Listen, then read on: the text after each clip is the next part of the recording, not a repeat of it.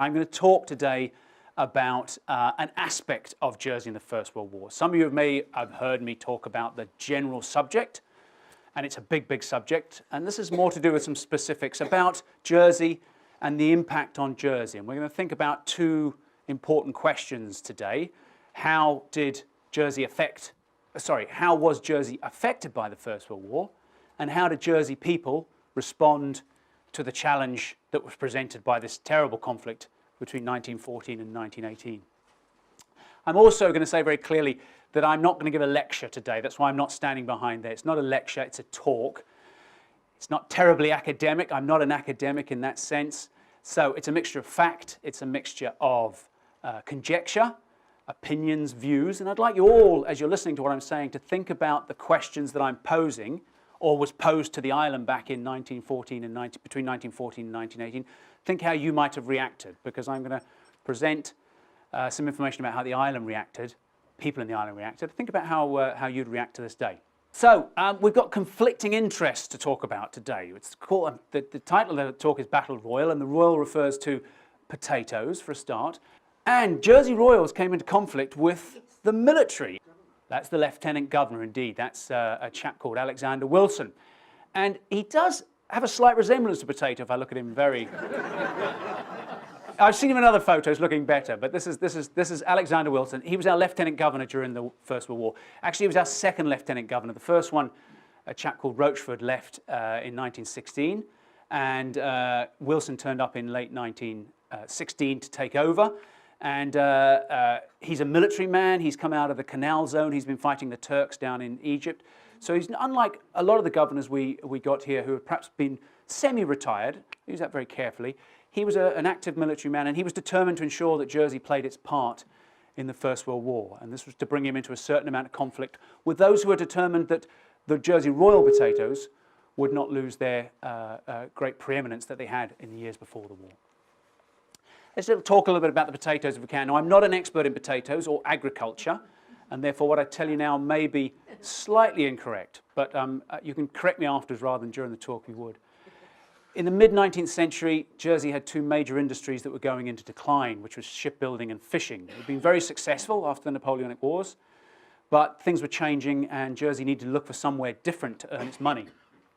Fortunately, it had a rising agricultural industry in the island, led by the Jersey cow, which had come to preeminence in the 1830s, 1840s, been very popular, been exported, and was commanding very large sums of money by the 1860s. Jersey farmers were producing cows and shipping them around the world. So very, very popular. But it was the Jersey potato, the Jersey Royal potato, that made the big, big difference. A chap called Hugh Delahaye in 1878 came across one or two very large potatoes, cut one up into 15 or 16 pieces, planted it in a county, I think, above Belazan.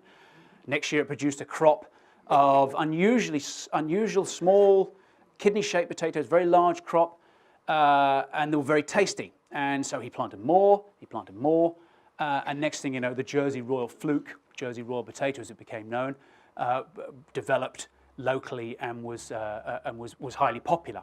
Became highly popular in the UK as well. It was early. It was an early potato. It could get to the market before most of the UK crop did, which gave it very high prices, made it very, very valuable. And they do take the market by storm, from almost nothing up to a very, very powerful export market. The issue of potatoes, however, it's a very labour-intensive industry. You've got to have people planting them, have people picking them, preparing the soil, and so on. And you still see them to this day. You know, lots of people in a field bent over double, planting, so on. So very labour intensive. So to produce this crop required a lot of people.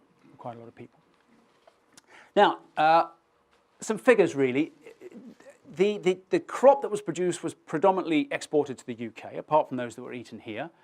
And you can see the figures that are up there from 1903 to 1913, expressed in volume in terms of the tons that were exported, and in terms of value, the money that was made for them. And you can see there's not a direct correlation between the two. So the volume may be higher and the value lower and vice versa. And I think, again, not an expert, this is to do with the value of the potato. The earlier it got to the market, the better the weather, the more people were willing to pay for it, and therefore you got a higher value. So Jersey farmers were trying to bring the crops to fruition as early as possible, get them exported, command the maximum prices. And you can see in 1912 and 1913, the 2 years before the First World War started, we had a very good couple of seasons, in fact, record seasons, almost £500,000 in 1912 and 50,000 less in 1913. So it's it's doing well, and this money is flowing back into the pockets of farmers, of course, who are selling them, but it's also going into the handlers and the shippers, and it's working its way down through our economy here in the island to make everybody feel a little bit richer. And there was, statements made that 1914, we've never had it so good. Jersey was doing particularly well out of this. And just some, again, these are not particularly accurate figures, but it gives you an idea. In 1913, the total value of Jersey exports are on there, not in pounds, shillings and pence, but you can see potatoes represent almost half of all the goods that were shipped out of Jersey in 1913. Very similar for the previous years. So it gives you an idea of the size of this industry, the size and power of this industry relative to the size of what the island was producing at that time. And I thought it was interesting to compare that with today. Not quite today, but a few years ago. In 2011, our gross value added for the island was made up of others plus finance. And finance was contributing about half of what the island made. And it's interesting to note the little red sliver is agriculture. Of course, it's declined considerably since back in the pre-war years. Now, what does this tell us? Well, I put that up deliberately to think about how Jersey responds to attacks on its finance industry, how Jersey responds to threats to the finance industry. Quite rightly, it puts the finance industry on a pedestal and does everything it can to protect it. It's an enormously valuable part of it. You can't imagine it being taken out of Jersey. And I think that it would have been very, very similar back in 1913, 1914. The agricultural industry was all powerful and had to be protected at all costs. And this was going to be causing some problems as the war came along, and I'll talk about that as we get there. Just think about something else before we get to that. There was a far greater split in Jersey back in 1913-14, between those that lived in town and those that lived in the countryside. Nevertheless, they were all represented by our government, which then had a bailiff. This is Bailiff Venables Vernon, who had been in charge for quite considerable time and was in charge all through the First World War. We had 12 jurats, 12 constables, 12 rectors, and 17 deputies. Only 6 of those deputies were from St Helier, from the town district. So when we look at it, not quite strictly true, I've taken out the jurats, but we can see that for St Helier's population, which was actually more than half of the island, they had 9 representatives, a constable, a rector, 9 or 8 representatives, which gave them around 1 representative per every 3,000 voters, or every 3,000 people.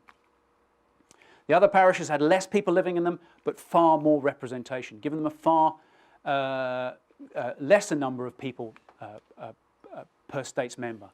Now, why is this important? To protect the agricultural industry, to protect the farming industry. I don't mean that in a negative sense, but that's just the way it was. And a lot of the state's members would have been retired farmers or ex-farmers or current farmers, because, of course, it was all voluntary in those days. So you needed a certain amount of money to stand in there. But we have a situation where town is very underrepresented in our government, and the parishes, the country parishes, are very well represented. Again, it doesn't really cause a major problem until we are confronted with the First World War and the implications for town and country that arise from that. Now, war does come in August 1914, and one of the first things that happens, in fact, before the war even starts, the French army declares its mobilization, and a whole bunch of the guys that work on the farms in Jersey, this labor-intensive industry, have to go back to serve in the French army. And these are French soldiers. Jersey had a population of between 6,000 and 10,000 French nationals living here in 1914. Some living, some coming seasonally. But because they were French nationals, the obligation was, as soon as the war broke out, they had to return, rejoin their regiments, or the young men certainly had to return and rejoin their regiments. It meant Jersey lost around 2,500 men almost instantly on the outbreak of war. And the vast majority of those men worked on the farms. They were the ones that did the heavy lifting, the digging, and the preparation work on the farms. So we see that suddenly this industry, which is so important to the island, requires such a large number of people, is decimated overnight. It causes a great stir. Now, there are still men here in Jersey, of course, but the other thing that happens at the beginning of the war is our militia, which all men between the ages of 16 and 45 had to be members of, is mobilized, and they're sent to guard our coasts. It doesn't take them completely out of the island, but it does mean they have much less time available for the work that needs to be done here. Now, in some ways, that's dealt with by creating a rota. So some militiamen are on guard duty, some are off. And a lot of the militiamen are used to fill, particularly in the country parish, they're used to backfill those French labourers, the ones that left, so that the farming industry can continue. Now, the problem is that the war starts calling more and more men up, first as volunteers, and we'll talk about conscripts later on, but men volunteer for the services, so there's a decreasing number of men available to work on the farms. This chap down the end here, John Pinnell, who's the Constable of St Helier, comes up with an idea. He says, well, we've got unemployed people in town as a result of the tourism industry disappearing, for example. We'll send them out to the country to work on the farms. So he sets up a labour exchange. It doesn't really work. The farmers are a bit disparaging about the people in town. They're too weak. They don't understand what's going on. And so it doesn't really get taken up very much. Nevertheless, the industry continues. And it continues and does all right. 1914, good year. That was just before the war ended. It dips in 1915. Only 291,000 pounds are made in 1915. But in 1916, it's back up to high levels, 500,000 pounds. Good exports, 43,000 pounds. So the industry, having gone through a little bit of a blip, maintains itself and keeps on going. And in fact, it's a good job it does, because the British, or Britain, is looking for food for its people. Britain is losing ships to U-boats being sunk, and it's also having a lot of shipping transferred across to bring vital war supplies. So there's less to bring food into Britain, and Britain, of course, relies on food exports, as does Jersey. So Britain looks to its empire and looks to its closest part of its empire, which is Jersey, and announces that it's going to buy about a third of the crop, about 23,000 tonnes in 1917. The Army Forage Commission turn up and say, we want you to sell us about a third of your crop. And we're going to fix the price per tonne, okay? In the past, you've relied on a fluctuating price depending on the market. We'll give you a set price per tonne, and we'll arrange all the shipping, and we'll arrange all the transport for this crop. Now, for some Jersey farmers, this is a bit of an aberration, because this is just not the way Jersey does things, and being told by Britain what to do is not where we want to be. However, they go along with it. They don't have any choice. This is war, and actually, when they think about it, it's not too bad. And remarkably, for 1917, they managed to produce 57,000 tonnes for export at a value of £807,000, the highest ever amount of money they've made from a potato crop. So the fixed price clearly works. And in fact, there's quite a lot of jibes in the newspapers at the time about saying how well the farmers are doing and how lucky they were. They were moaning about this fixed price, but look how well they've done. Now, this is not a knocking the farmers talk in any way, and I've no doubt they worked very hard to produce that. You give them an incentive, they will. And they did produce. They did do what Britain asked. They wanted food from Jersey, and Jersey supplied food. But there were problems on the horizon even before 1917, because this war that Britain and Jersey by association was fighting was costing men at an enormous rate. It was killing, wounding, large amounts of men. And so Jersey, or Britain, needed to find alternatives to the volunteer system that had done so well for so long. And in 1916, beginning of 1916, they introduced conscription in Britain, a military service act, which makes it compulsory for all men between the ages of 19 and 41 to serve in the army. They don't all go, because some have to stay behind and work, but the law says you're all now obliged to be taken from military service if we think it's the right thing to do. Isle of Man introduced, the Crown dependencies don't have to introduce this law. Jersey doesn't have to introduce this law, but it's unthinkable that Jersey wouldn't. And in fact, Jersey is very quick to respond and say, we'll do what's necessary. The Isle of Man are the same. In fact, they passed the English law as written. They say, just give us your law and we'll go with that. Guernsey does something similar. June, it says, we'll take your law. We'll want a few tweaks, but we'll take the law by and large as it is.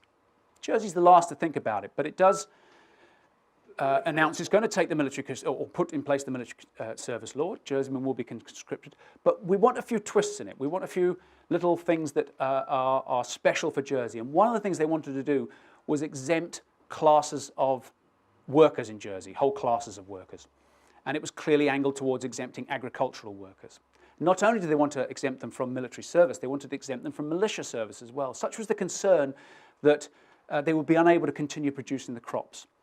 So they said, we'll take your law, we'll put the law in place, but we want to do it in the Jersey way. Now, Britain said, thank you very much, that sounds okay, but you won't do it like that, you'll do it like we tell you to do it. Everybody is going to be up for military service, and if they want to be exempted, they have to go through a special tribunal system like we've got in the UK. Jersey argued back, said, oh, you don't understand, let us come across and have a chat. And Britain said, no, thank you very much, do as we say, introduce the law, and we'll decide what happens after that. So there's a bit of a toing froing through 1916, while Britain and Jersey square this up. And eventually Jersey accepts that it has to introduce Britain's Military Service Act, as written by and large, and Jerseymen will have to go and fight in the British Army. Not all of them go. If you don't want to be taken for service, you apply for exemption. And Jersey sets up a series of district tribunals, which is how the law works. So if you don't want to be taken for military service, you have to apply and give a good reason why you can't go. And that's either on illness, it could be on grounds of hardship, or because your work is of national importance. And most of the people who apply say that we need to work on the farms, we can't, and it's the farmer saying, I can't let my son go, I can't let my employee go, because I can't run the farm without the labourer. Now, I'm not saying that's anything wrong, because he's quite right. They're quite right. The labourers have to come. But what happens is there's an imbalance. So those in town, of the 812 enrolments and 524 exemptions, 39% were let off. When you get to the east and west, which dealt with the country parishes, you can see the exemption rate rises up to 63 and 69%. And this is a real bugbear for the town people. Again, I'm not saying it's right or wrong, but it's a real bugbear for the town people, because they're saying, well, we're going and you're not. In fact, there's a little statement up there. Somebody wrote to the paper saying, if you go into the countryside, you'd never know there was a war on. These young men swanning around in boaters and entertaining young ladies. You wouldn't know there's a war on. So it creates this real division in the island, this sense that there's an unfairness. And of course, you have the states which are heavily represented by the country and less by the town. The town gets quite angry. The town deputies get quite angry at this point. Now, Wilson, who's new to the island at this point, perhaps doesn't understand how things work around here. He's very, very new, very, very green. He makes a statement saying this whole question resolves itself around a desire to keep the labour in the island. He's adamant that Jersey is working against the system. Nobody's saying that, but he's working against the system, and they're keeping men here deliberately rather than send them across to service. And he's a military man. He sees no option but send boys off to fight. If it was my sons, I'd probably feel very different, but he thinks it's the duty of all. So Wilson's got a fixed position. He thinks that Jersey is not doing what it ought to be doing. His answer is to come up with alternatives. If he accepts that men have to stay to work on the farm, or people have to stay to work on the farm, there must be others. If we can't take Jerseymen, what can we substitute with them with? Now, up until the beginning of 1917, we had 2,000 German prisoners of war down at the 5 Mile Road in a prisoner of war camp. And in fact, his predecessor, Rochford, says, look, why don't you use them? Why don't you take these prisoners of war? That's what they're doing in Britain. They're using prisoners of war. And Jersey says, well, hang on, well, what's the terms? According to the Geneva Convention, you have to pay prisoners of war the same rate as labourers if you're going to use them to work.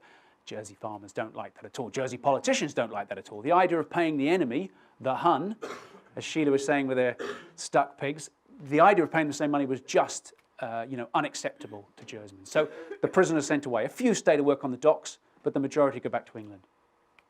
There's another scheme the Lieutenant Governor introduces, which is to bring internees, Austrian internees, to the island. These are civilians who were interned at the beginning of the war. A lot of them were sent to the Isle of Man. There's a huge internment camp there. And some of them agree to come and work on the farms. So Wilson arranges for a letter or an advert, who wants an Austrian internee, and about 20 come up. They actually rise to about 100 in 1917. But again, there's a lot of problems with the Austrian internees. They're seen out with young ladies, they're seen attending fests, because they're not prisoners as such. And as the farmers say, they're just not as good as the locals. They're just not as good as the proper agricultural workers. And to be fair, most of them were ex-waiters and service industry people. They weren't suited for agricultural work. The other option was women, of course, and women by this stage in the war were members of the land army, or becoming members of the land army. They were serving on farms, and there was a real emphasis to get women into men's jobs in order to allow men to go and fight. But again, there's a lot of issues with women being used in Jersey, and farmers are blatantly saying women cannot do, and this is the farmer speaking, not me, women cannot do a man's job. We can't expect them to do heavy labour. We can't expect them to do it. It simply won't work. There are some women's land army girls who work here, but generally they're not very well accepted.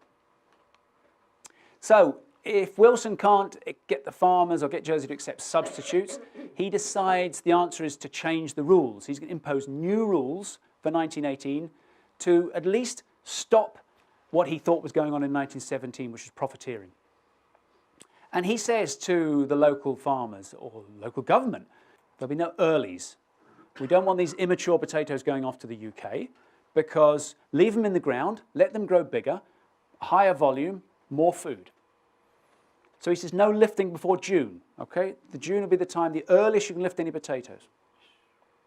And he says there will be a fixed price per tonne, and it'll start high and go down. It won't be fixed for the whole season, so it'll start at, I forget, £20 per tonne, and then it'll drop off each week in June until it reaches a level of about £10 per tonne. So we're not going to pay a fixed price all through the season. We're going to accept there's some value in the earlies or the higher ones, but it'll go down.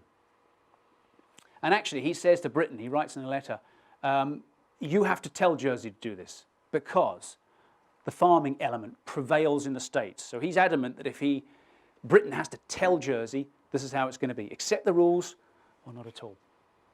And he's even looking more like a potato in that one than others. But he's looking very smug in that one, thinking he's got these dastardly farmers skewered. He's going to get them. Our bailiff, Vernon, and the Defence Committee who are in charge of the potatoes received these new rules aghast. And they say, it simply won't work.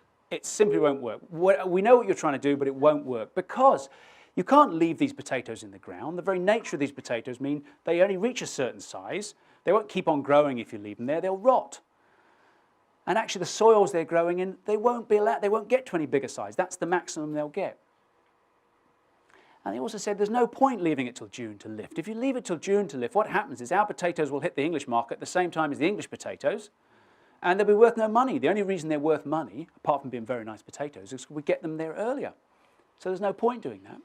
And this fixed price per tonne simply won't work. You know, you're manipulating the market. You've got to allow the farmers to make a decent return. And if you don't make a decent return, there's no taxes in the island. Nobody's going to make any money. The island will go bust. So this simply won't work. And in fact, they get quite aggrieved by this. And one of the things to say, this committee they've never taken an insular view when it comes to dealing with food production. So they're quite adamant that they've always done their very best. And I'm not here to say either way. So we're set for this battle royal in 1918. Who's going to prevail, Wilson or the farmers? Well, the one that actually does prevail is Mother Nature, because 1918 happens to be a very, very nice year. Good warm spring, and the potatoes are ripening much, much quicker than anybody expected. So they desperately write to Wilson and say, you can't leave it till June, they'll all be rotten by then. Wilson says, well, okay, all right. So he writes to the Home Office and says, I'm led to believe that there's a problem, and okay, they say, well, you can start lifting from early May, but only a small percentage of the crop, and only at this price. But Mother Nature's still doing really well. Potatoes ripening faster. Wilson's told again, you simply can't wait until June or whatever it is, because these things are going to be rotten. So in the end, he says, okay, you can lift when you feel right to lift, but you're not letting any small ones go to the harbour. Not letting any small ones. He puts guards on to prevent this happening. And then the farmers start saying, well, look, we're doing so well, you can't leave the price of this. You can't fix the price. It's not going to work. And in the end, there's such a toing and froing that Wilson actually throws the towel in. And he says, okay, I can't fight against this. You go with what it is. And actually, in 1918, I haven't got the exact figures here, but they produced a very good crop at a reasonable price. Everybody did pretty well out of it. Everybody did pretty well out of it. So in the end, Mother Nature was the one that intervened and decided when the potatoes would come. The army and the farmers were not going to have it done. So Britain got its potatoes, and it was very happy for getting them too as well. It was very important that Britain received this food stock in this time of the war. And Jersey kept its industry. Everybody won in 1918. By and large, everybody won in 1918. The problem was in 1918 as well, the men were still running out, and Jersey is going to be subject to a new military service act that's going to change or raise the conscription age up to 51 and lower the conscription age to 18. It's going to change things dramatically. And in fact, Wilson said, I'm not going to let any man go over 41 until everybody under 41 is gone. And it's these under 41 ones that are the prime industrial labourers, agricultural labourers. So we're set in 1919 for a real battle royal once again, because even Jersey was going to struggle to survive if this law had come into force and taken the men that was necessary. The law was passed in June, came into play in September 1918. And as we know, in November 1918, the war comes to an end. So These men were let off. The older men never had to go in this sense, and Jersey never had to face that summer of or that year of 1919. But let's just have a little look at something here. If we, because who was right and who was wrong, I'm not here to say, but if we look at the pre-war population of Britain, about 22% of them served, about 3.2% died. If we look at France, the equivalent is 22% again, about 6.9 died. And if we take Jersey's population of around 24,000 pre-war males, well, it looks like around 31% of them ended up going to fight in the armies of Britain and France, and about 6.2% dying. So we can't really sit here saying that Jersey didn't do its bit. For all that I've just pointed out to you, Jersey sent its men, and those men gallantly took their place and gave their lives. So the question really that I'm going to leave with you to think about is, what would you have done? What would you have done if you'd been in power in those days, if you'd have been a farmer in those days, if you'd been a man in those days, or a woman, or what have you? How important was it that Jersey protected its industry, protected this vital industry? And it was pointed out in 1918, without farming, there'll be no taxes. Without taxes, there'll be no money, and so on. So very, very vital industry. And how important was it that we were seen to prostrate ourselves in front of the needs of Britain and its war and send as many of our young men as possible? I don't have the answer. I don't have the answer, but it's something worth thinking about. As I say, 1919, it never actually came up. But it leaves us with that kind of dilemma. Was it the needs of the military or the needs of production that should have prevailed?